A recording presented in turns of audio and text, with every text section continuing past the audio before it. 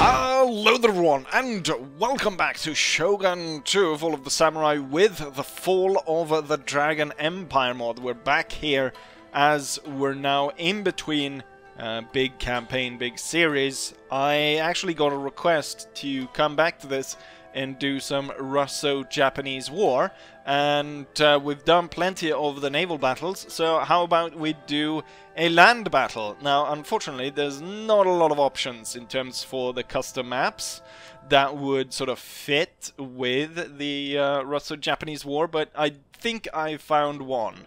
So very early on in the siege of Port Arthur, the Japanese forces moved in to seize the high ground, and that's what we're looking at right now. So this is something like, I think they were called Orphan Hill, one of the first ones the Japanese attacked. So these hills that the Russians hadn't really been able to entrench, and they fought there. Now, I tried this as the Russians, sitting on top of the hill. However, the AI is not that good at conducting attacks, and what ended up happening was that it took too long, and because the mod is a little bit unstable, the battle usually crashed before we were able to finish the battle. So I'm thinking, if I'm the attacker, I'll push the initiative harder, we'll get a bloody struggle over this hillside, and that's the video. And it will be bloody, as it was during the actual battle, because the Japanese went full force into these frontal attacks and caused massive casualties, to the point where they suffered a lot of casualties. I think in total the Japanese lost like 100,000 soldiers, while the Russian defenders lost about half that, 50,000. Which might not seem that much in terms of, you know, a siege, but 100,000 people, that's a lot of people. Now, obviously, not all were due to small arms fire or artillery fire and so on. Quite a bit of sickness as well, but there's a lot there, and a part of that was all these frontal attacks, and the fact that you basically saw this was in a lot of ways a precursor what happened during World War I, in that you had trenches, you had heavy artillery fire, you had barbed wire, the machine guns, and all these kinds of stuff, hand grenades and stuff like that. Interestingly enough, we do actually have hand grenades. The first line of attack actually does have these, and now it's blinding grenades, but they do have grenades. I'm gonna give the enemy a little bit of space, so I'm not gonna fire my guns on them immediately. Also because I found that I was gonna give the Russians machine guns, and I was gonna give them heavy modern artillery. However, I found that those crashed. So unfortunately for the Russians, they're gonna have to do it with Crimean War cannons. So they're gonna fire straight sort of straight bore cannon shot at us, while we have Armstrong guns. I did try to get in the Japanese howitzers, because the Japanese were deploying really heavy howitzers during the siege of Port Arthur. These massive howitzers that would fire 200 kilogram shells over 8 kilometers, which is 200 kilograms is like 500 pounds. 8 kilometers, I don't know how many football fields that is, but plenty of football fields anyways. Unfortunately for me, those heavy howitzers didn't work, but I guess that's just as well, since that would be probably a little bit overpowered towards what the Russians have. In terms of force, we are quite equal, as I've given both sides roughly the same amount of troops. I think in total we got something like 24,000 soldiers on the field. So I'm gonna start off with the first wave of attack. I'm gonna send off the second one really soon here. I was hoping that I'd be able to play as the Russians, because I had these grand visions of Russian counterattacks, charging downhill, bayonets first, and I thought that was going to be quite awesome. Right, so we are receiving quite a bit of fire here. However, as you can see, it's a lot of bang with very little buck. I don't know if that's the way you say it.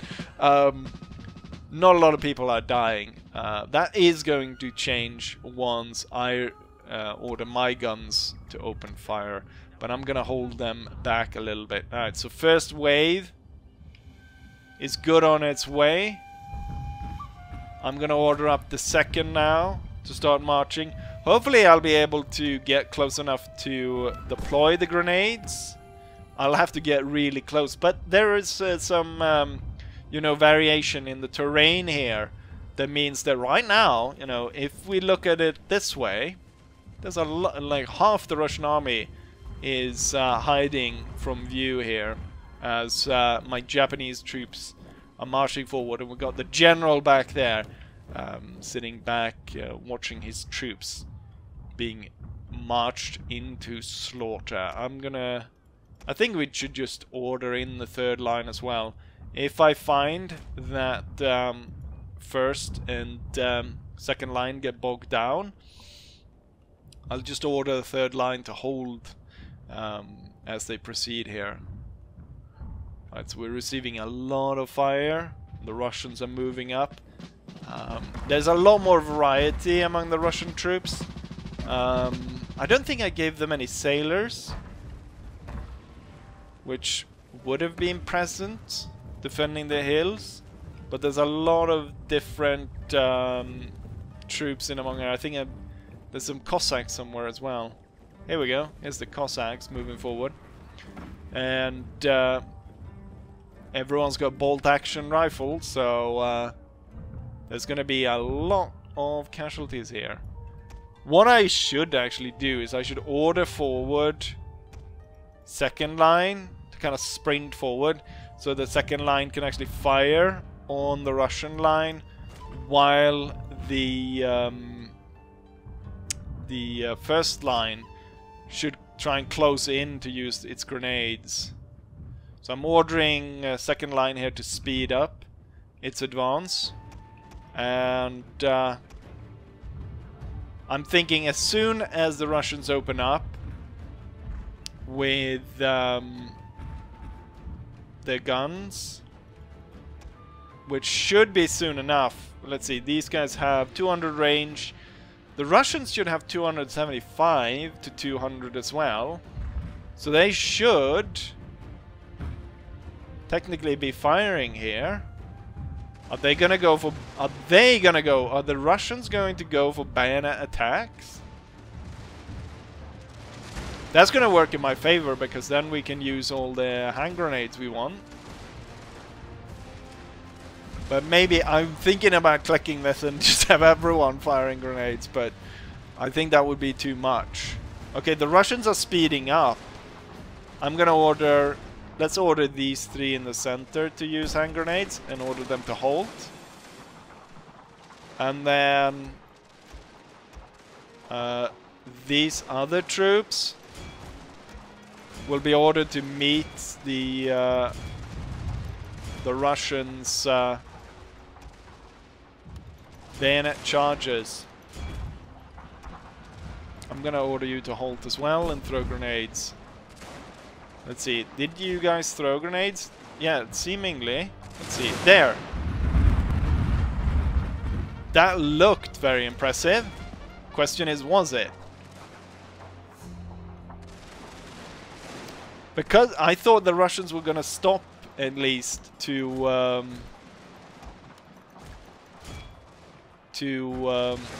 use their guns on us. Oh, some of them are. The entire first line... Okay, the first line is breaking down due to the charge of the Russians. I did not need the third line here. Now I feel like I could have potentially just had Maybe I could have I think this map allows more Russian armies to take place, or take the side on the Russian side. Like, we can have more units. But given the fact that the AI handles it this way, and they just ended up charging like this, it's a little bit disappointing, to say the least, as it didn't really end up as a fight. I'm gonna order these 3 to move forward into bayonet attack. Here's one. Are you gonna stop and fire? I don't know why the Russians didn't actually... Oh!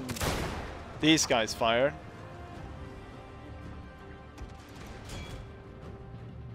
But a lot of them didn't. I wonder, maybe it's the weird elevation of this hill that makes it this way.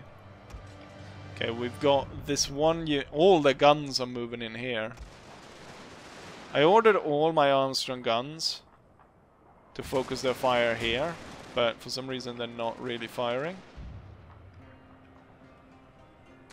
It's taken so long to get me a